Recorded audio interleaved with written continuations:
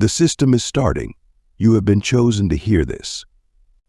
It is not by accident. In a world filled with noise, where everyone is quick to speak, quick to judge, you are being invited into a space of sacred silence, or a place where there is no opinion, no pressure, no expectations. It is just you and the voice that truly needs to be heard. Today, I have not come to add noise to your life. I have come to remind you, it is in silence that your soul is healed, and your mission begins. There is something unmistakably different about the woman who has been chosen. She walks a path unlike the rest, a road less traveled, a journey that often feels solitary, yet her solitude does not arise from weakness, but from divine distinction. She has been set apart. The world may not understand her. People may drift in and out of her life. Often she may feel as if she stands alone in a crowd, unseen, unacknowledged, but she is never truly alone. She has been chosen for something greater. When God sets someone apart, He does not place them in the center of the crowd.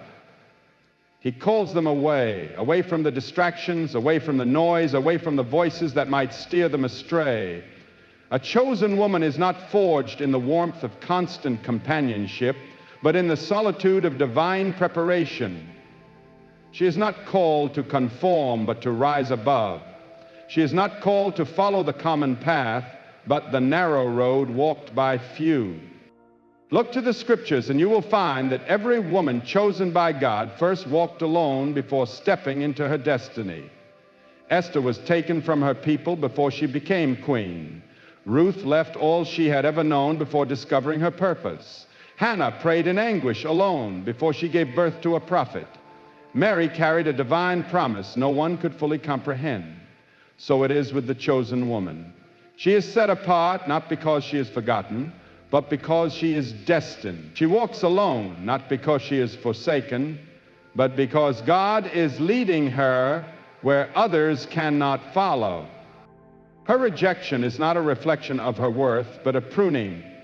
God removing what cannot accompany her into the next chapter. A chosen woman does not move with the crowd. She is not swayed by popular opinion. She does not lower her standards to fit in. She does not settle for anything less than what God has called her to. That is why certain friendships fade. That is why some relationships cannot last. That is why familiar places begin to feel foreign. The hand of God is on her life, and she cannot remain where she once was. Many will not understand her. They will question her choices. They will wonder why she takes the hard road instead of the easy one. But she does not live for the approval of others. She lives for the approval of the one who called her. She does not walk in fear because she knows who goes before her. She does not seek validation, for she is already chosen. In her solitude, she finds strength. In her quiet seasons, she is prepared. In the stillness, she learns to hear God's voice. She learns to trust Him when nothing makes sense. She learns to stand in faith even when the path ahead is unclear. She is not merely waiting. She is being refined. She is not simply alone. She is being transformed. There will come a day when everything will make sense, when doors once closed will open wide, when the tears cried in secret will turn into public joy, when the ache of loneliness is replaced by the power of divine purpose. She will step fully into what she was created for and realize that she was never alone. God was always with her, shaping her, molding her, and leading her toward the destiny He prepared before she was even born. So if she walks alone now, it is only because she is being set apart. If she feels unseen, it is only because she is being hidden for a season. If she feels the weight of loneliness, it is only because she is being positioned for something greater. The chosen woman does not fear the journey, she embraces it. She is set apart by God, not as punishment, but as preparation. From the moment she is called, her journey changes. She does not follow the path of the majority. She is not led by the world, but by the unseen hand of the Almighty, shaped by His purpose and formed by His will. Her life may not resemble those around her. At times, this distinction can feel like isolation, but this separation is not rejection. It is a mark of divine selection. When God chooses someone for a special purpose, He draws them away from the noise, away from the distractions, so they can fix their eyes on what truly matters. God has always set apart those He calls. Consider the women in Scripture destined for greatness. Esther was removed from her homeland and placed in a foreign palace, set apart so that one day she could intercede for her people. Ruth walked away from all she knew, her homeland, her family, her comfort, to walk into the unknown. Mary, the mother of Jesus, bore a divine assignment no one around her could fully understand. These women were not called to ordinary lives. They were chosen, and therefore they were set apart. When a woman is set apart by God, she will walk through seasons of loneliness. She will discover that she no longer fits into the world's mold. What was once comfortable may become unfamiliar. Friendships that once thrived may fade. She may wonder why her path feels harder, why she cannot live like others. But the answer is simple. She was not created to be like everyone else. She carries a calling that demands separation. God is not punishing her. He is protecting her, shielding her from distractions that could derail her calling, guarding her from influences that could diminish her purpose. Being set apart is also being refined. A chosen woman is not thrust into her calling unprepared. She must be transformed. A season of hidden work where God shapes her heart, her character, her faith. It is a sacred process done where no one sees, no one applauds. It is in those moments she learns to trust God completely. She learns to walk by faith, not by sight. She learns to hear His voice above every other. This is not a time of punishment, it is a time of preparation. Just as gold is refined by fire, the chosen woman is refined by the trials she endures. There is a cost to being set apart. It is not always easy. She may be misunderstood, even by those closest to her. She may be rejected, not for her lack, but because her presence convicts those not aligned with God. She may be criticized for her choices, her standards, her unwavering faith. But she does not waver. She knows her validation does not come from man, it comes from God. She is not here to please the world, but to fulfill the purpose for which she was created. Though she walks alone, she is never truly alone. God walks with her. He leads her, guides her, strengthens her. He sees her silent battles. He hears her whispered prayers. He knows the tears she cries and the faith she clings to when all else feels uncertain. And in time, He will reveal the purpose behind every moment of solitude. The chosen woman is set apart not because she is forgotten, but because she is destined. Not because she is rejected, but because she is being positioned. She walks a road divinely orchestrated, a path leading to something greater than she can yet imagine. Though the journey may be difficult, she understands that solitude is not a sentence, it is sacred. It is not a punishment, it is a place of transformation. She may go through seasons of isolation where friendships fade, where she walks seemingly alone, but her solitude is not meant to break her. It is meant to build her. It is in the quiet seasons that she is refined, shaped, and molded into the woman God has called her to be. The world often views loneliness as weakness, but in the kingdom of God, solitude is a holy space. It is there that a woman learns to rely on God alone. In her separation from distractions, she begins to hear His voice with clarity. Pulled away from people, she is drawn closer to His presence. In these quiet places, her faith is deepened, her spirit strengthened, and her character tested. Before God elevates someone, He often brings them through a season of isolation. Look at the life of Moses.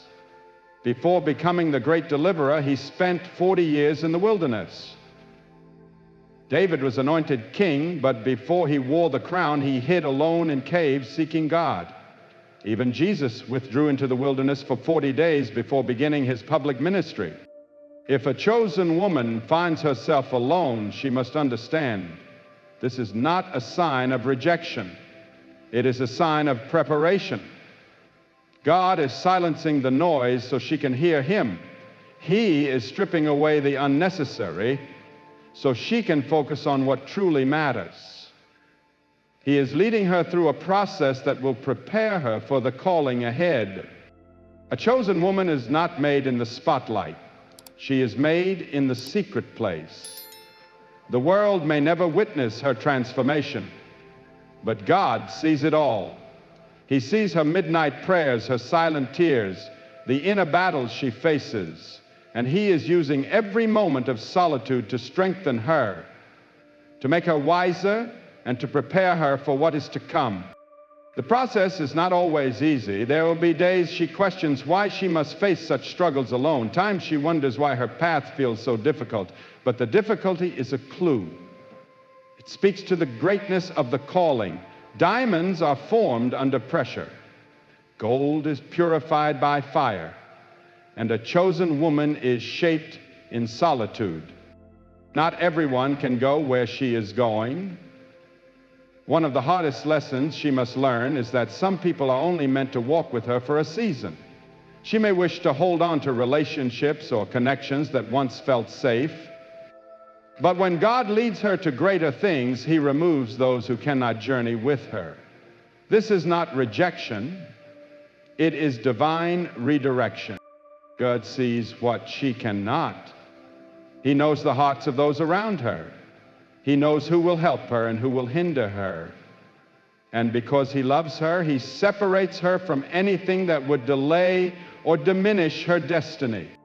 Destiny required Abraham to leave his homeland and family in order to step into the promise God had prepared for him. Joseph had to be separated from his brothers before he could fulfill his divine purpose. Even Jesus, in moments of performing miracles, often had to send people away because of their unbelief. A woman chosen by God must come to understand that not everyone is meant to journey with her. Some people simply will not. It is painful when people leave. It is difficult to release relationships that once held deep meaning. But a chosen woman must trust that if God is removing someone from her life, it is ultimately for her good. She cannot allow emotional attachment to trap her in a place she has outgrown. She cannot lower her standards to fit in with those who are misaligned with her calling. She cannot compromise her purpose for the comfort of familiarity. Instead, she must embrace the truth that every loss makes room for something greater. Every closed door brings her closer to her destiny. Every person who walks away creates space for the right people to enter at the appointed time. A chosen woman does not beg anyone to stay. She does not chase after relationships that are not meant for her. She does not question God's will when he removes certain connections from her life. Instead, she moves forward in faith, knowing that those meant to accompany her will remain, and those who are not will be released. She understands that God's plan far exceeds her own, and she surrenders every relationship to him, trusting that he will align her life with the right people in the right season. When a chosen woman begins to walk in her purpose, she must accept a difficult reality. Not everyone can go where she is going. Though she may have started her journey with friends, family, and supporters, she will begin to see some of those connections fade as she grows. This is not because she has done something wrong, nor does it reflect her worth. It is simply part of the process of elevation. When God calls a woman into greater purpose, he also calls her into a place of separation. Some people are meant only for a season in her life and cannot accompany her into the next. A chosen woman must realize that every person who enters her life has a purpose, but not everyone is meant to stay. Some come to teach her, some to help her grow, some to reveal what she must leave behind. But when their role in her story ends, they must move on, and she must be willing to let them go. Holding on to those who are not meant to stay will only hinder her progress. Trying to force expired relationships will delay her from fully stepping into her calling. God knows exactly who she needs for the journey ahead, and He will align her with the right individuals at the right time. When God begins to elevate a chosen woman, she will sense a shift in certain relationships. Some people will distance themselves, not because she has changed for the worse, but because her growth challenges them. Her passion for purpose may unsettle them. Her commitment to her calling may highlight their lack of direction. Her willingness to walk by faith may expose their fear, and instead of celebrating her progress, some will withdraw. This can be deeply painful, especially when it involves those she believed would always be by her side. But she must remember, not everyone is equipped to follow where God is leading her. Even Jesus experienced this. When He returned to His hometown, the people there could not accept who He had become. They only saw Him as the carpenter's son, not the Messiah. Because of their unbelief, He could not perform many miracles there. The same truth applies to a chosen woman. If she surrounds herself with those who only see her as who she used to be, she will be limited in becoming who she is meant to be. If she remains in circles that cannot recognize the anointing on her life, she will struggle to embrace her full calling. God is calling her to more, and sometimes that means letting go of those who refuse to grow with her. Letting go of people is never easy. It takes faith, it takes trust, it takes the courage to walk alone for a season. But a chosen woman does not plead with people to stay. She does not pursue relationships that no longer align with her destiny. She does not shrink herself to fit into places she has outgrown. Instead, she surrenders every connection to God and allows Him to orchestrate her relationships. She knows that the people who are meant to remain in her life will remain, and those who are not will be removed. God's plan is always perfect. He sees what she cannot. He knows the hearts of those around her. Some may smile at her while secretly hoping for her failure. Others may appear to support her while being threatened by her growth. Some may have walked with her for years but lack the faith to rise to the next level. Because He loves her, God will remove anyone who is not meant for her path. And though separation may sting at the moment, she will eventually see that every loss was a blessing in disguise. A chosen woman does not walk in fear. She does not cling to people out of insecurity. She does not remain in relationships that pull her away from her purpose. She places her full trust in God, knowing that those who are meant to walk with her will walk with her, and those who are not will not. Her focus is not on pleasing people, but on fulfilling the divine call upon her life. She knows that growth demands separation, and she is willing to release anything or anyone that stands in the way of where God is leading her. A chosen woman is set apart from the very beginning, and her journey often feels different from those around her. She does not blend in. She does not follow the crowd. She walks a path that is unfamiliar, one that demands faith, perseverance, and unshakable trust in God. It is not an easy path, but it is a necessary one. A chosen woman is called to something greater, and because of that, her journey often feels lonely. Yet this loneliness is not a sign of abandonment. It is a sign of divine selection. She is being set apart, not cast aside. She is being prepared, not rejected. And she must learn to embrace this solitude, knowing it is shaping her into the woman God created her to be. Consider those whom God called to greatness. Look at Esther. Before stepping into her destiny as queen, she endured a season of preparation in isolation. She was removed from the familiar and placed in a space where she had to rely on God alone. Ruth, too, after the loss of her husband, could have returned to her old life, but she chose to walk into the unknown, even if it meant walking alone. These women were not forsaken. They were being positioned for purpose. A chosen woman must recognize that isolation is not a curse. It is evidence that God is doing something significant in her life. There will be moments when she feels misunderstood. People may question her choices. They may wonder why she distances herself from certain individuals, why she no longer joins the same conversations, or why she seems changed. But she must not let the opinions of others shake her confidence. A chosen woman does not seek validation from the world, she seeks confirmation from God. She knows her steps are divinely ordered. Even when others don't understand, she continues forward in faith. The process of being set apart can feel lonely, but it is necessary for transformation. A butterfly cannot emerge without first entering a cocoon. It must be hidden, unseen, and undergo a complete transformation. If the cocoon is opened too soon, the butterfly is underdeveloped and cannot fly.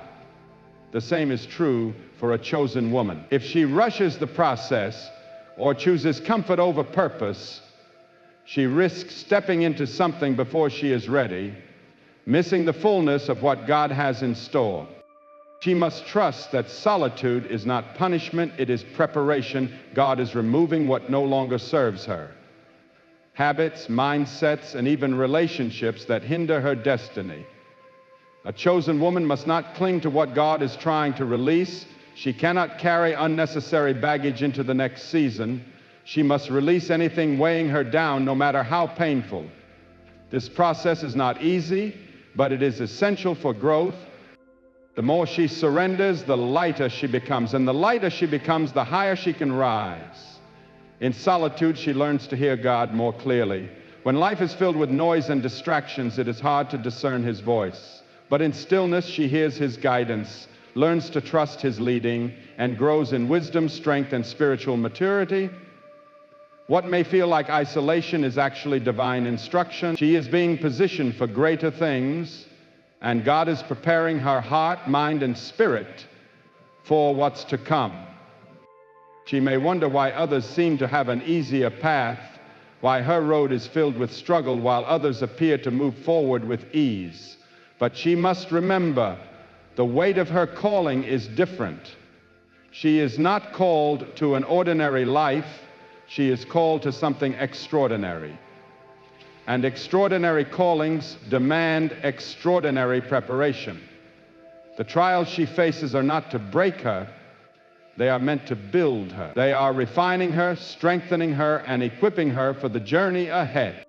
A chosen woman does not walk alone because she is weak. She walks alone because she is being fortified. She is becoming the woman she was always meant to be. She is learning to trust God more deeply. She is discovering the value of solitude, the peace of stillness, and the wisdom that comes from walking with God. Though the road may be lonely, she must never forget she is never truly alone. God is with her every step of the way, guiding her, protecting her, and leading her into the destiny He has lovingly prepared for her. A chosen woman carries a divine purpose, and because of this, she is often misunderstood by those around her. The way she thinks, the way she moves, the way she speaks, everything about her is different because she is not meant to conform to this world. She doesn't fit into the crowd. People may question her choices or wonder why she doesn't follow the same patterns as everyone else. But this is no accident. It is by design. She is set apart, called to something higher. And those who do not understand her calling will often resist or reject her. Misunderstanding is one of the greatest challenges a chosen woman will face. She will encounter people who cannot see her for who she truly is. Some will define her by her past, refusing to acknowledge the transformation God has brought into her life. Others will place limits on her, believing she cannot possibly do what God has called her to. She has been judged, questioned, and even criticized for walking in her purpose. Yet she must not let the opinions of others define her destiny. A chosen woman does not live to earn the approval of people, she lives for the approval of God. Scripture is filled with stories of individuals who were misunderstood because of the divine calling on their lives. Joseph was misunderstood by his own brothers when he revealed his dreams. They didn't see a future leader. They saw a threat. Instead of lifting him up, they turned on him. David faced the same when he stepped forward to challenge Goliath. Even his own family doubted him, but God had already chosen him as king.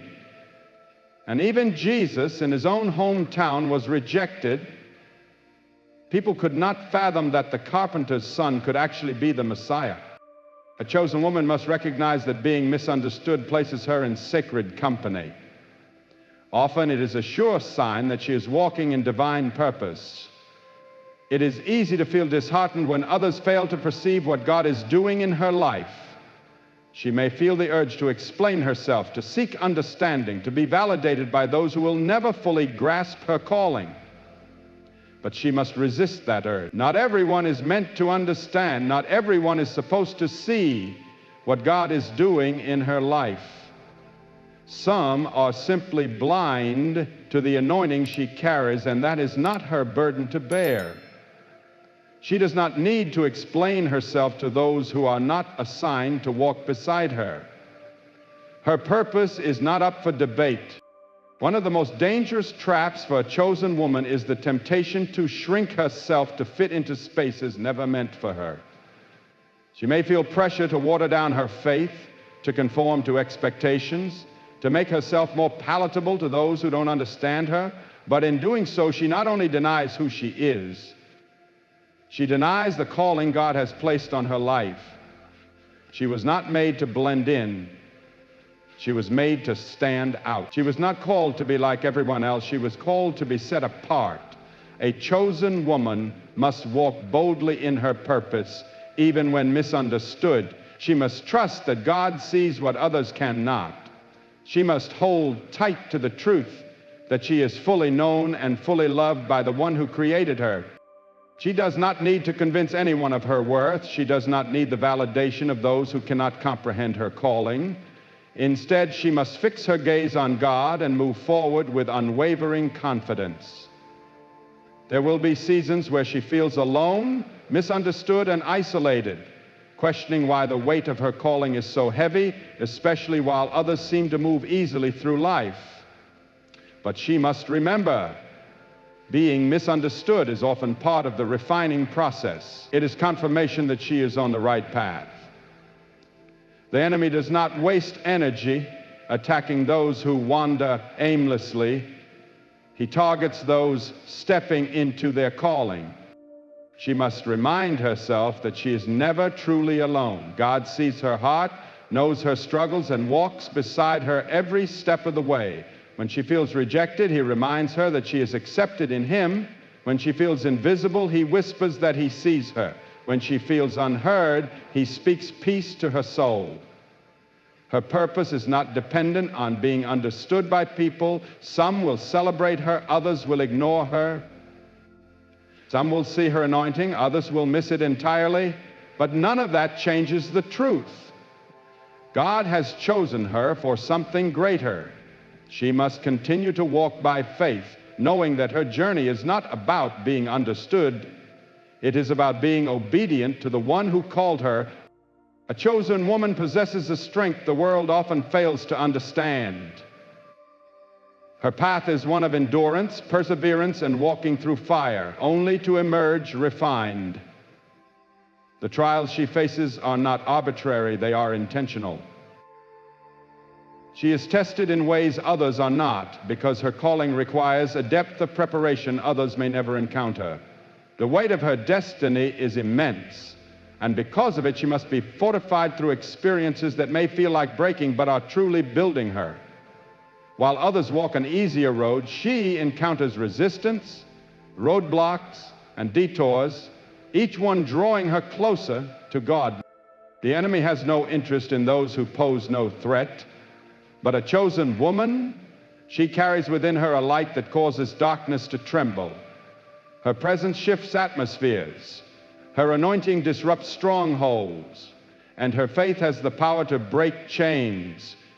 Because of this, her testing may seem unfair, but the trials are not meant to destroy her. They are equipping her.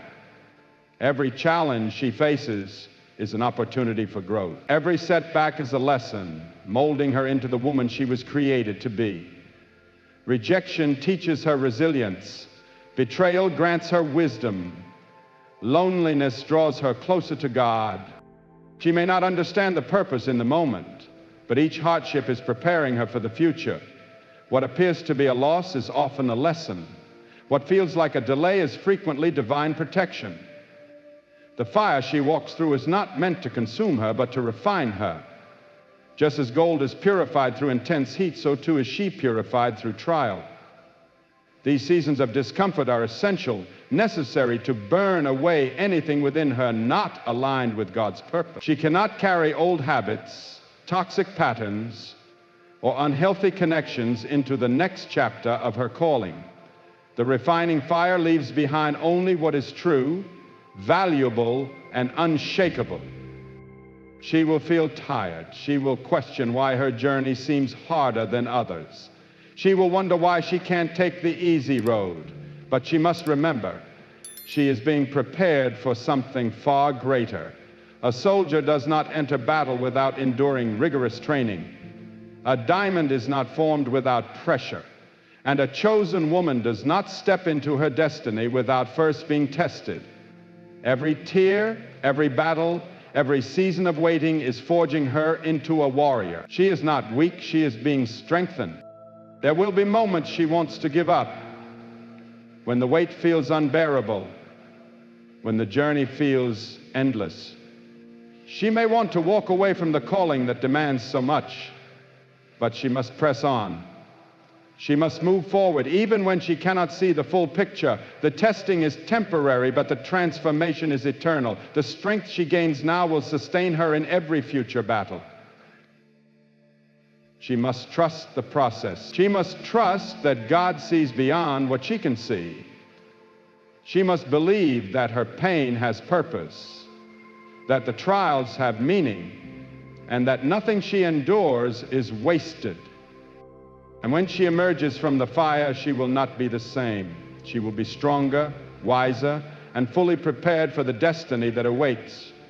A chosen woman often walks a lonely path, not because she is unworthy of companionship, but because her calling requires her to be set apart.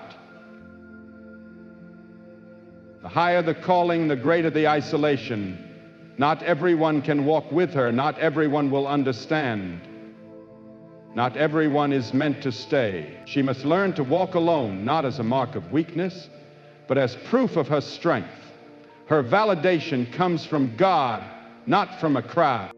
She may wonder why certain relationships fade, why those she trusted drift away, why she often feels like a stranger, even in familiar places, but she must understand divine separation is part of divine elevation. God removes people from her life not to harm her, but to protect her. Some cannot carry the weight of her anointing. Some would hinder, distract, or even sabotage her calling. So God moves them out of the way. She must not chase after those who leave, because often their departure is God's direction. She is not called to blend in. The world will tell her to conform, to fit in, to be like everyone else, but that is not her assignment. She is set apart for a reason. The more she tries to fit into spaces not meant for her, the more discomfort she will feel. God has placed something unique within her, and she must embrace it, even if it means walking alone. She must not fear solitude, for it is in solitude that God speaks most clearly. Her destiny is too significant to be surrounded by the wrong people. She must guard her inner circle with discernment, because not everyone smiling at her has good intentions. Some will pretend to support her while secretly hoping she fails. Some will drain her, discourage her, and distract her. Others simply cannot comprehend the magnitude of what God is doing in her life. She must learn to discern who is truly for her and who is only there for what they can gain. When God removes people, she must trust that it is for her protection. She must embrace seasons of solitude as sacred preparation. In the moments when she feels most alone, she is actually being positioned for greatness. God is drawing her near, strengthening her soul, and giving her wisdom for what's ahead. She must not waste these sacred seasons by chasing distractions or filling the void with meaningless connections. Instead, she must use them to grow, to heal, and to deepen her walk with God. What feels like isolation is actually incubation. God is preparing her for what is next. She will not always walk alone. In due time, God will align her with the right people, those who share her vision, who uplift her spirit, who walk beside her in faith. Until then, she must wait with patience. She must not settle for companionship that compromises her calling. She must not enter relationships out of loneliness. She must trust that in God's perfect timing, the right people will enter her life, and until then, she must stay focused on her assignment, knowing she is never truly alone. She must walk boldly in her calling, recognizing that solitude is not a punishment. It is a privilege. She has been chosen, set apart, and prepared for something greater. Though the road may be lonely, it is leading her exactly where she's meant to be. And as she walks that path, she will come to see that she was never walking alone. God has been with her, guiding her every step of the way. There comes a moment in life when the roles between parents and children begin to reverse. You've spent decades nurturing them, guiding them, making sacrifices for their well-being. But then one day, you sense that something has shifted. Perhaps they begin to disregard your advice, dismiss your opinions, speak to you condescendingly, or worse, they make you feel like a burden. And it hurts. When your children begin to treat you with less respect than you deserve, it's natural to feel frustrated or even angry. You may feel the urge to remind them of all you've done, of the countless years you devoted to putting their needs before your own. But the truth is, anger won't solve the issue. In fact, it often deepens the divide. Instead, there is a wiser, more powerful way to reclaim their respect, without arguments, without resentment, and without emotional warfare.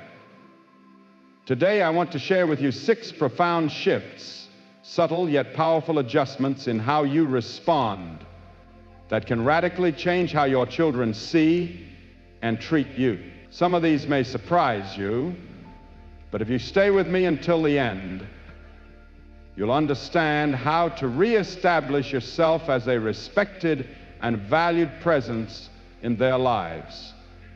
Let's begin. The first shift, stop seeking their approval. One of the most common mistakes parents make, especially as they grow older, is trying too hard to please their children. Maybe you found yourself doing just that.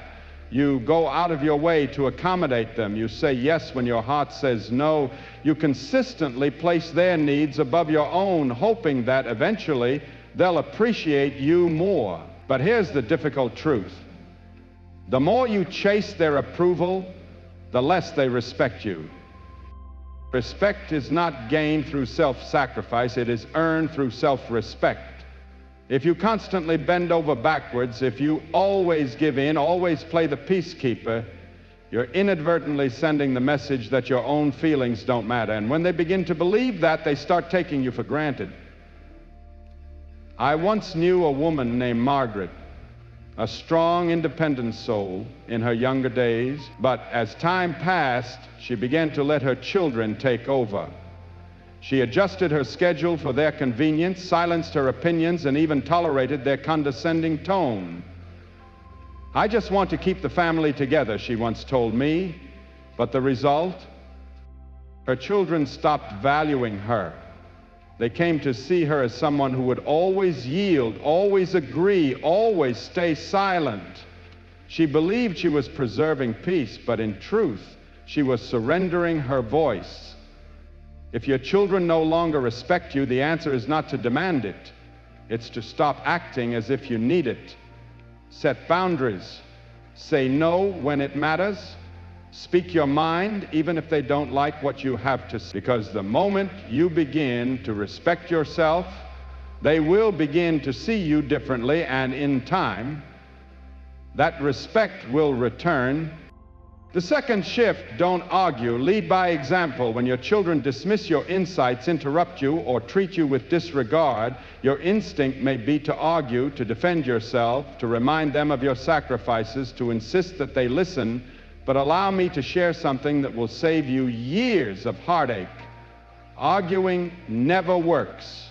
When was the last time you persuaded someone to respect you by fighting for it? Respect isn't won through words. It's earned through presence, through how you carry yourself, through how you respond when your patience is tested. If you meet disrespect with anger, you're only validating their belief that they hold the power. I once met a man named Frank, a retired teacher who had spent a lifetime commanding a classroom with authority. But at home, his adult children had begun treating him like he didn't matter. They ignored his input, brushed off his concerns, even mocked him when he tried to correct them. Initially, Frank argued back, desperate to prove he was still worthy of respect. But the more he fought, the more they pulled away. Then one day, Frank made a different choice. He stopped arguing. He truly started listening. He ceased chasing their respect with words and began embodying the quiet confidence of a man who already possessed it. He spoke with calm, measured wisdom, never needing to win. Slowly, his children began to notice. They saw not a man demanding approval, but a man of unwavering strength. So if your children no longer treat you with the respect you deserve, don't fight them for it. Show them what respect looks like by how you treat yourself. Carry yourself with grace. Speak with dignity. Never stoop to their level, because when you stand firm with humility and calm, they will feel it. And in time, they will follow your lead. The third shift, let go of emotional dependence. One of the toughest truths to accept as you age is that your emotional fulfillment cannot come from your children. Yes, you may love them deeply. Yes, you may long for their love and admiration. But the moment they sense that you need them to feel whole, the balance of power in the relationship shifts. Here's the reality. Even your own children will respect you more if you are emotionally self-reliant. When you lean on them for validation, affection, or reassurance, it creates an unspoken burden. Instead of feeling loved, they may feel pressured, they may withdraw, they may grow impatient, even irritable. And the more you pursue their affection, the more elusive it becomes. I remember a woman named Helen, a gentle and generous mother who had given everything for her children. As they grew older and became wrapped up in their own busy lives, Helen found herself waiting by the phone, hoping for their call. When it didn't come, she'd call them instead too often. She would tell them how much she missed them, how she wished they would visit, but instead of drawing them near, it drove them away. They began to see her calls as a duty, not a joy. Then, one day, Helen did something unexpected. She stopped calling. She stopped waiting. She began investing in herself. She took up hobbies, reconnected with friends, and started living fully again. And then something remarkable happened. Her children started calling. They began respecting her time, admiring her independence, seeing her as a complete person with a rich life of her own. The lesson is clear.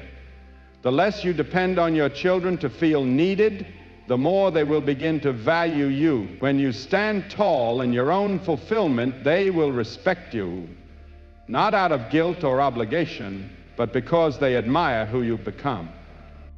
The fourth shift, set boundaries and uphold them. One of the most overlooked reasons children lose respect for their parents is that the parents allow it.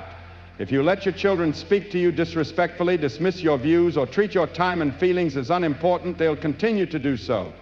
Not because they are inherently disrespectful, but because people, especially family, will treat you the way you teach them to. Setting boundaries doesn't mean severing ties or creating unnecessary conflict. It simply means deciding calmly and firmly what behavior you will and will not tolerate, and standing by that decision. Importantly, it means upholding those boundaries the moment they are crossed. I recall a man named Robert, a retired businessman who had spent his life leading a company with unwavering discipline and confidence. Yet, when it came to his grown children, he found himself at a loss. They frequently interrupted him, dismissed his concerns, and even criticized his lifestyle. At first, he let it slide, convincing himself it wasn't worth the conflict. But as time passed, he came to see that his silence was not peaceful, it was permissive. Every time he said nothing, he was reinforcing the notion that their behavior was acceptable. One day, Robert decided to change course. When his son cut him off mid-sentence, he calmly responded, "Son, I'll continue when you're ready to listen." When his daughter brushed off his opinion, he replied, "You don't have to agree with me, but I do expect to be respected." And when the disrespect continued, he set a firm boundary. If they couldn't treat him with basic decency, he would stop spending time with them. The result was striking. At first, they pushed back, but gradually they began to listen. They realized their father wasn't retreating or pleading, he was standing firm. They saw that he valued himself enough to demand dignity, and in response, they began to offer it. If your children no longer show you respect, ask yourself, have you been allowing it? Because if you don't draw the line, they won't either. And if you don't stand up for yourself, no one else will. If you're still here watching this and finding value in what's being shared, comment the number 4 below to let me know. And if you haven't subscribed yet, I encourage you to do so and turn on the bell to stay connected. You'll help us continue crafting meaningful content to both inform and inspire. Now let's continue. Action 5, stop giving without appreciation. One of the fastest ways to lose respect is by constantly giving to people who fail to value it. As parents, we often do this without realizing it. We offer our time, our energy, our support, even when it's not acknowledged, even when it's taken for granted, even when it's met with entitlement. But here's the truth. When you keep giving to someone who doesn't appreciate it, you don't foster love or respect. You cultivate expectation. Your kindness stops being seen as a gift and starts being viewed as something owed. And the moment you stop giving, they don't feel grateful, they feel inconvenienced. I once knew a man named George, a father who was always generous with his children. He helped them financially whenever needed, dropped everything to be there, and even rearranged his life to suit theirs. But instead of gratitude, he received complaints. No thank yous, just expectations. And when he finally needed their help, they were too busy. Then one day, George made a shift. He stopped stretching himself thin. He no longer offered help before it was asked. Most importantly, he began saying no when he needed to. At first, his children were upset. They couldn't understand why he no longer went above and beyond for them. But over time, something began to change. They started respecting his time. They began appreciating his efforts. They realized his generosity wasn't bottomless. It was a gift, not an obligation. If you feel like your time, energy, or kindness is going unrecognized, step back and ask yourself, are you giving more than you should? And if so, what would happen if you stopped? Because when you teach others that your kindness is tied to respect, they begin to treat it accordingly. Action 6, build a life outside of them. One of the most powerful ways to regain your children's respect is by showing them that your happiness does not revolve around them. As parents, it's natural to devote ourselves entirely to our children, to make them the center of our world. But as life progresses, that dynamic shifts. And if your entire existence has centered around them, they may begin to see you as someone who has nothing else. People respect those who live with purpose, those who pursue their own interests, their own joy, their own fulfillment. If your children perceive you as relying on them for meaning, attention, or validation, they may feel burdened. Or worse, they may start seeing you as someone with no life of their own. I remember a woman named Eleanor, a widow in her late 70s. After her husband passed, she poured all her attention into her children, calling constantly, offering advice they didn't seek, and expecting them to fill the void her husband left behind. But her efforts backfired. They began visiting less, their calls became shorter, and Eleanor felt more alone than ever. Then she made a decision. She joined a book club. She started traveling with friends. She began volunteering at the local community center. She stopped placing her children at the center of her world. And then something remarkable happened. They began reaching out more. They were curious about her life. They admired her independence. They respected her. If your children don't treat you with the respect you deserve, ask yourself, do they see you as someone with a full and meaningful life? Or do they see you as someone waiting around for their attention? Because when you show them you are truly living, not just existing, they'll start viewing you through an entirely new lens. If you're still watching and this resonates with you, comment the number 6 below to let me know. And if you haven't yet subscribed, I invite you to do so. Your support fuels our mission to deliver content that matters. Final thoughts. Respect is not something you can demand from your children. It is something you inspire. You do this through your presence, through your boundaries, and through the example of how you live. If your children have started treating you with less care, less thoughtfulness, or less regard, don't waste your energy in anger. Instead, shift your strategy. Stop chasing their approval, because the less you need it, the more they'll offer it. Lead by example, because your dignity speaks louder than words. Withdraw your emotional dependence, because the more self-sufficient you are, the more they'll value your presence. Set clear boundaries, because people only treat you as well as you require them to. Stop giving without appreciation, because generosity, when taken for granted, loses its worth. And most importantly, build a life of your own, because people respect those who carry their own joy, their own meaning, and their own sense of fulfillment. If you do these things, something profound will happen. Your children will begin to see you differently.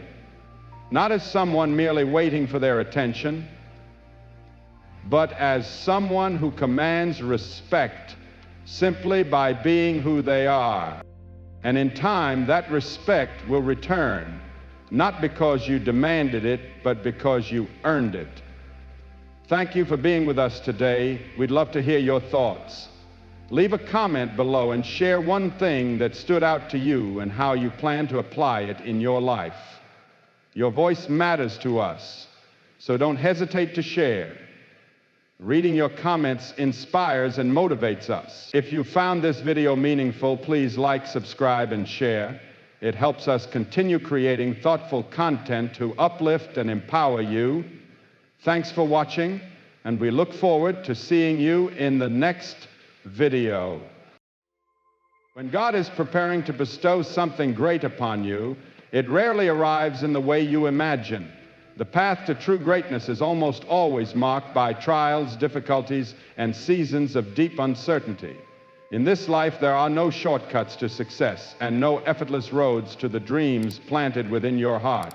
But when God is about to bless you, He doesn't simply place the blessing in your hands. Instead, He begins to shape you into someone who can carry the weight of that blessing. And this transformation is rarely comfortable. It feels as though you're being stretched beyond what you thought were your limits. The things that once seemed precious may begin to fall away. Familiar routines dissolve. Relationships shift. Your world may begin to feel unsteady and unfamiliar.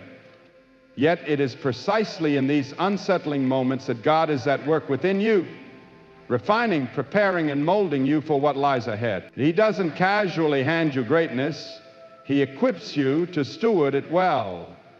And that equipping often takes the form of a pruning season, a divine stripping away of all that no longer serves your calling, so you may be able to carry the fullness of the blessings He has prepared. Though it may not make sense in the moment, the pain, the loss, the struggle, they are all necessary parts of the journey. Just as a tree must be pruned to yield more fruit, your own growth requires refinement in order to embrace the greatness on the horizon.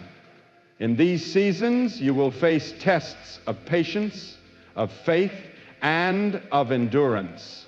You'll feel discouraged at times and wonder if the promise you've been holding on to will ever come to pass. But let this truth settle in your spirit. God does not test you to harm you, but to strengthen you. He permits the challenge because He already knows you are capable of enduring it. He sees strength in you, even in the moments when you question yourself. This season of stillness, this feeling of being stuck, is not time wasted. God is cultivating patience in you, building your trust, and teaching you to lean fully on Him. If you study the greatest testimonies of triumph, whether in the Bible or in our modern world, a familiar pattern emerges. Before every rise comes a waiting period, a preparation phase, and often a wilderness. David spent years fleeing Saul, wandering in desolation before he ever wore a crown. But in that wilderness, he was being shaped into the king who would lead a nation to victory. Joseph, betrayed by his brothers, thrown into slavery, and forgotten in prison, was being formed into the man who would one day rule Egypt, second only to Pharaoh. These great leaders did not emerge from ease. They were forged through adversity. When God is ready to elevate you, He will first begin removing the excess, the people, the habits, and even the opportunities that no longer align with your divine assignment. Doors may close, plans may fall through, you may question why things are slipping through your fingers, but trust this: God is orchestrating a clearing so that you won't be weighed down by distractions when your blessing arrives. You may experience loneliness. You may feel like you've been forsaken. But in that sacred solitude, God is preparing you to step into a future that requires every ounce of your focus, your obedience, and your heart. Another sign that God is preparing something big in your life is the stirring that begins to grow within your spirit, a longing for more, a sense that your current circumstances no longer fit. It's an inner restlessness, an unshakable knowing that you were made for something greater, even if you can't yet define what that is. You feel the tension, the anticipation, like you're standing at the edge of something new, something transformative. That stirring is not random. It's the echo of heaven calling your heart into alignment with God's next move. During this time, the things that once brought comfort may begin to feel empty. What once satisfied your soul will no longer suffice. Desires you used to chase lose their appeal. Why? Because God is realigning your heart with His purpose. He is shifting your vision away from the superficial and toward what is eternal. Purpose, calling, passion, these begin to sharpen in your spirit. They rise to the surface while lesser things fade away. And as this happens, it's critical to hold tightly to your faith. Even if the path ahead is hidden, know that God's timing is perfect. The hardships you face are not delays, they are training grounds. They are forging in you the strength and character required to carry what's coming. If you endure this refining season with faith and trust, you will emerge not only stronger, but wiser and ready. When the blessing comes, you won't be overwhelmed by it. You'll be prepared for it. You'll know how to steward it with integrity, strength, and grace. And finally, know this: when God is preparing to give you something significant, He will supply you with the strength and wisdom needed for the journey, but He will also call you to action. Faith that remains inactive is faith without fruit. God will challenge you to take bold steps even when you can't see what lies ahead. He won't bless hesitation, but He will honor obedience. When you move in faith, when you trust Him enough to act without all the answers, you demonstrate the very trust He's been cultivating in you all along. So in the midst of uncertainty, discomfort, and struggle, don't lose heart. These are not signs of God's absence, they are signs of His preparation. Embrace them. Trust in the divine process. Walk boldly forward into what He is shaping you for. The blessings are coming, and when they arrive, you'll be ready to receive them. Not as the person you once were, but as the one He has lovingly formed you into. When God is preparing to release something extraordinary into your life, He often starts by ushering you into a season of challenge, struggle, and transformation. This is not a coincidence, it is by divine design. The road to something profound is never smooth, and the absence of ease is not an absence of God's hand. In fact, these difficult seasons are where the deepest growth occurs. God is not seeking to break you in the hardship. He is fortifying you. Struggles are not signs of abandonment. They are the markers of divine construction. Just as athletes endure grueling training before they step onto the field, or artists labor behind the scenes before unveiling their masterpiece, so must we undergo the fires of trial before we are ready for what lies ahead. These trials may come in the form of personal loss, financial hardship, strained relationships, or internal battles. But they are not designed to defeat you. They are meant to shape the version of you that is equipped for the next chapter of God's plan. Just as gold is refined by fire, so too are your faith, character, and strength refined by the crucible of life's challenges.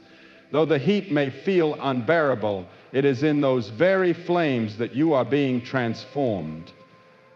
That pressure, it's forming something precious. Like coal becoming a diamond, the strain you feel now is producing resilience and beauty within you. When the weight becomes too heavy and you feel you can't carry on, remember, God is preparing you for a future far greater than what you can presently. The struggle is not random, it has purpose. It's developing perseverance, character, and unwavering trust. These traits are not optional, they are essential when God's blessings begin to pour into your life. Many pray for the outcome, but few are willing to endure the process. Yet without the process, we'd never be able to handle the magnitude of what God wants to give us. A blessing given too soon becomes a burden, but one given in the fullness of time becomes a miracle. Often we desire ease, we want the shortcut, but God's greatest gifts are never handed out without preparation. They require a vessel strong enough to carry them, and that strength is only forged in challenge. We tend to focus on the blessing, the outcome, the success, but we forget the cost.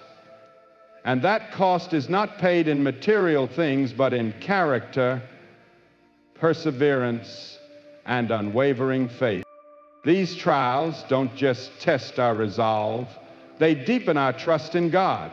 When we reach the edge of our ability, we're forced to lean fully on Him. That dependence is not weakness, it is power. It is in surrender that we are made strong. As we learn to rely on Him through the storms, we become the kind of person who won't squander the blessing when it finally comes. Instead, we become faithful stewards, anchored in trust and grounded in truth. So no matter how hard the present moment may be, recognize that it is a stepping stone towards something greater. The pain isn't punishment, it's preparation. When the breakthrough arrives, when the door swings open, you'll be ready to walk through it, not only with confidence, but with humility and grace. As Billy Graham once reminded us, the road to God's promise is often long and winding, but it is always worth the journey. So don't curse the process, embrace it. In the end, you'll see that every detour, every loss, and every tear was carving a space in your life to hold the blessing God always intended for you. Rejection is not a denial, but rather a sign that God's greater plan is unfolding. Pruning is a natural and necessary step for growth. Consider a gardener tending to a vine or tree. In order for it to thrive, bear more fruit, and reach its full potential, the gardener must carefully trim away the lifeless or overgrown branches. This is its preparation for greater flourishing. In the same way, God prunes your life to strengthen you and to clear space for new growth. The people or things that once had a place in your journey may no longer be meant to accompany you to the next level of your destiny. God permits certain elements to be removed so that you can make room for the new blessings He has prepared. It's essential to understand that such losses, however painful, are not the conclusion of your story. They are instead integral to God's strategy, aligning you for what lies ahead. God sees the future with clarity we cannot grasp. He foresees the opportunities, the challenges, and the individuals who will play a role in your next season.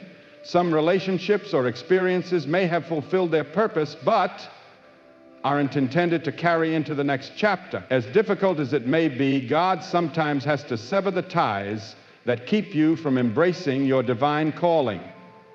This process is not about rejection, it's about promotion. Think of your life as a journey with baggage in tow. If you're burdened with too much weight, you can't move freely, let alone run your race at the pace you're meant to. Pruning and the elimination of distractions are God's ways of lightening your load and sharpening your focus. It's about clearing your way so you can proceed with clarity and purpose. The people or situations once central to your life may no longer serve the vision God has given you. If you're surrounded by the wrong influences or confined in the wrong circumstances, you can't fully embrace your divine purpose. When God removes someone or something, it is a sign He is creating space for something far better. At first, this may be hard to comprehend, especially when it feels like you're left with less than before. But trust, God knows exactly what you need. The relationships, opportunities, or possessions He's removing were never intended to be permanent. He has something greater waiting for you. But first, you must create the space to receive it. Often we cling to people or situations because we fear what lies beyond letting go. We resist facing the unknown. But remember, God never removes something without replacing it with something better. It may not be immediately evident. It may take time, but the blessings that come after the pruning will be worth the wait. You will come to see that what once felt like loss was actually divine arrangement, a necessary realignment with God's greater plan. God does not take from us just to leave us empty. His intent is always to give us more than we could ask or imagine. But first, He must strip away the unnecessary, the distractions, the dead weight, so we can fully embrace what He has prepared. So if God is pruning your life, take heart. He is preparing you for something far greater. It's not about what you're losing. It's about the space being made for what's coming next. In these seasons of transformation, let go with trust. Let go with faith. Every loss is actually a gain. Every removal is a divine shift. God's plan for you is far too important for you to remain entangled in anything that might hinder your growth. Trust in His divine plan and know that He is creating space in your life for something extraordinary. There will be times when the road ahead feels uncertain, when the path you thought you were walking suddenly fades and the future becomes obscure. In those moments, it's easy to feel lost, confused, even discouraged. You may question whether you're still on the right path or if you'll have the strength to overcome the challenges ahead. But I urge you to hold fast to one vital truth. When your path becomes unclear, it's essential to place your faith in God's perfect timing.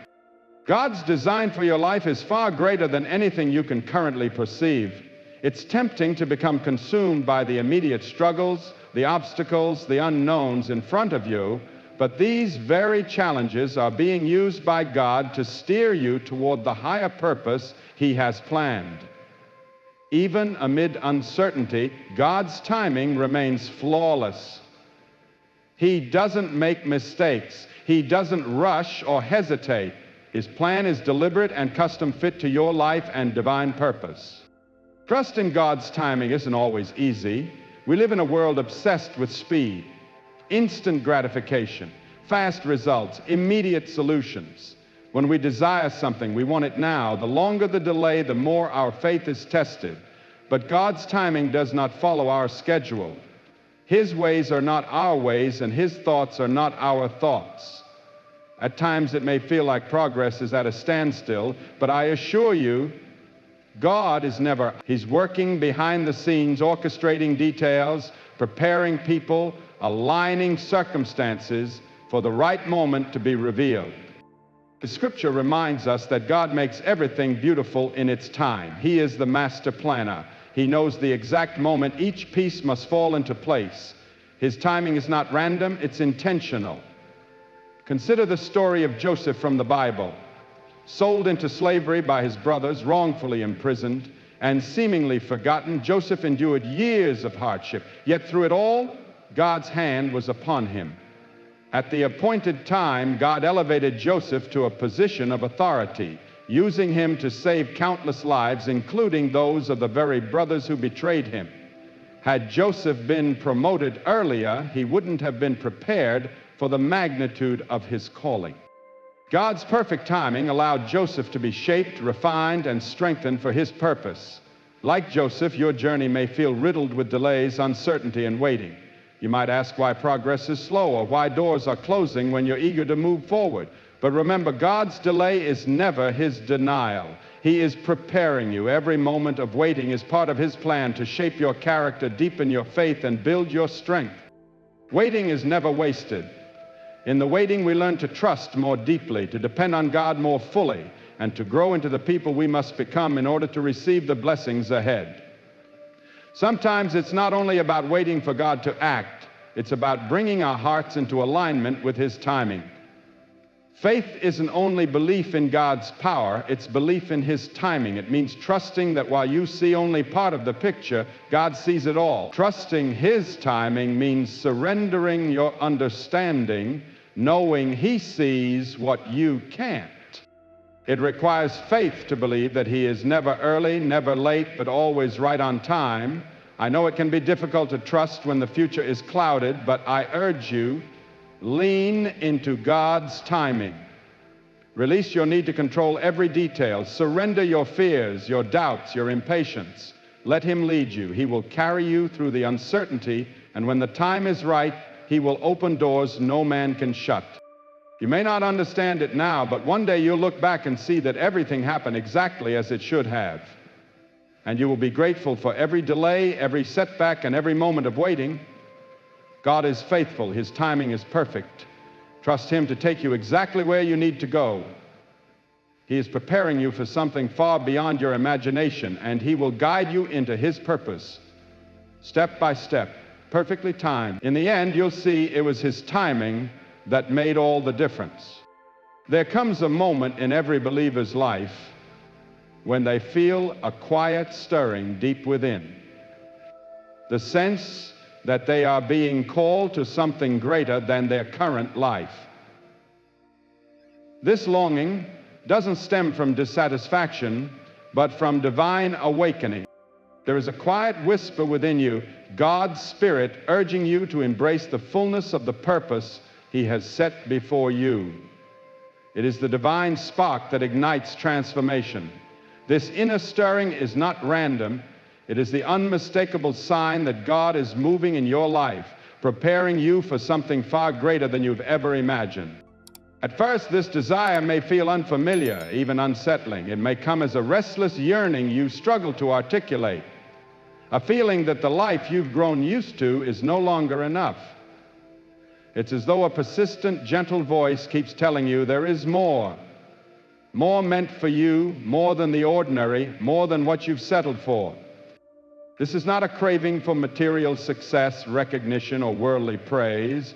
It's a deeper longing, a spiritual hunger for God's greater plan to take root in your life, unfolding in ways you never thought possible. God is stirring your heart because he has destined you for something extraordinary. And though the stirring may bring impatience or confusion, making you question why you're dissatisfied with where you are, this sensation is not a burden, it is a divine gift. It is God's way of showing you that he is working within you, preparing your spirit for the next chapter of your journey. The unique calling God has placed on your life begins with this inner restlessness. It marks the first step toward your purpose. Often, this divine awakening creates a profound discomfort with mediocrity, pushing you to reject complacency. You begin to sense that your life is not meant to be confined to your current limitations. You may catch yourself thinking, I know I was created for something more. You feel drawn toward more meaning, more passion, and a richer fulfillment. This is God's preparation of your heart for the greatness he has ordained for you. The stirring within you is not a mistake, nor is it just a fleeting emotion. It is a divine nudge, inviting you to rise higher. And know this, God never stirs your soul without a purpose. He would never place such a longing in your heart without also providing a path forward. Whether your yearning is to deepen your faith, extend your influence, serve in a greater capacity, or achieve something that feels beyond your reach, that desire is a reflection of the personal plan He has designed for you. When you feel this stirring, it's time to act. You're being called to move, not just physically, but spiritually and emotionally.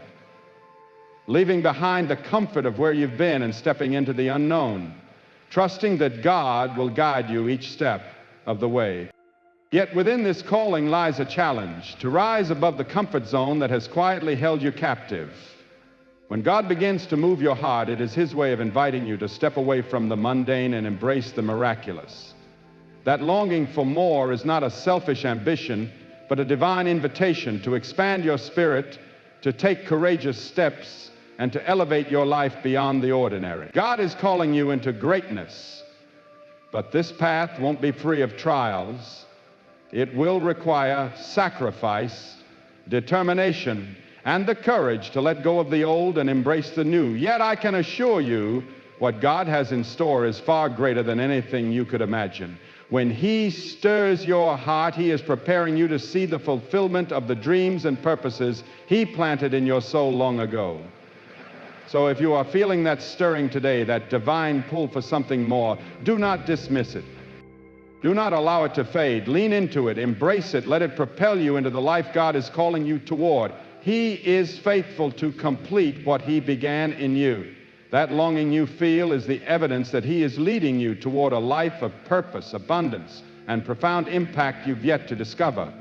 So rise to the calling, trust His timing, step into the greatness He is preparing just for you. The best is still ahead. When God is preparing to bless you beyond what you can fathom, one of the most powerful responses you can offer is obedience paired with action, even when the road ahead appears uncertain. And isn't this where so many of us struggle? The uncertainty of the future can awaken fear, doubt, and hesitation. We long for answers, for guarantees, for clear direction. But God's way often unfolds step by step. He calls us to trust Him, to move forward in faith, even when we can't see the full picture. Obedience does not require that we understand everything. It only requires that we respond with a willing heart. Consider Abraham.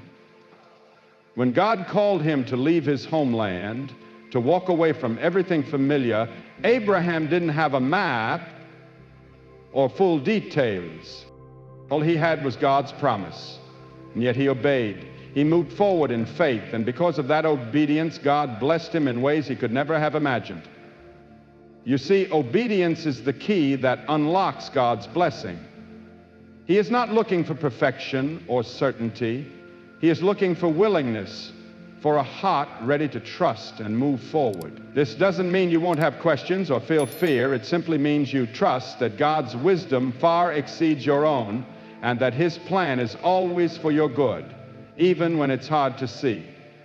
God rarely reveals the full journey at once because He desires us to trust Him in the process. He uses that trust to strengthen our character and refine our faith. Obedience, even when we don't fully understand, is one of the most powerful declarations of trust in God's sovereignty. The moment you step forward in obedience, you declare, God, I trust you, even when I cannot see where this leads. And in that moment, you invite Him to guide your steps in His perfect time. But trust alone is not enough. Faith must be accompanied by action. James 2:26 reminds us that faith without works is dead. Obedience is not a passive stance. It is an active movement toward the life God is calling you into. Even if every detail isn't clear, even if the outcome is uncertain, God asks us to move. Each small act of obedience brings you closer to the destiny He has prepared. Think of Peter. When Jesus called him to walk on water, Peter didn't wait for the sea to grow calm. He didn't wait for certainty. He stepped out of the boat and walked in obedience, and as long as he kept his eyes on Jesus, he walked in faith. But the moment fear took over, he began to sink. Likewise, God is calling you to step out of your comfort, even when the waters are rough, even when clarity is lacking. Whether you experience the miracle of walking in faith or sink into doubt depends on your willingness to obey and act. God doesn't always give us the entire plan up front. He may reveal just enough for you to take the next step, and it is your faith that carries you forward from there. He will never lead you in the wrong direction. If He is calling you to move, then He will provide the strength, the provision, and the guidance you need to continue. And here is a beautiful truth: God blesses those who act. When you take that step in obedience, even when you lack full understanding, He honors your faith. Your obedience becomes a seed planted in trust that grows into a harvest beyond what you can envision. It's a divine assurance that God will meet you in your movement. He will strengthen you, guide you, and open doors only He can open. God is not asking you to have everything figured out. He is simply asking you to trust Him enough to act. He is calling you to rise in courage, to step forward in faith, and to follow His lead. And as you do, He will prove faithful. He will fulfill His promises and bless your obedience. So take the step. Don't wait for perfect clarity. Don't delay until you feel completely ready. Move forward in faith and obedience and watch as God begins to move powerfully in your life, leading you to a purpose far greater than you ever imagined. Your future is in His hands, and He will walk with you every step of the way.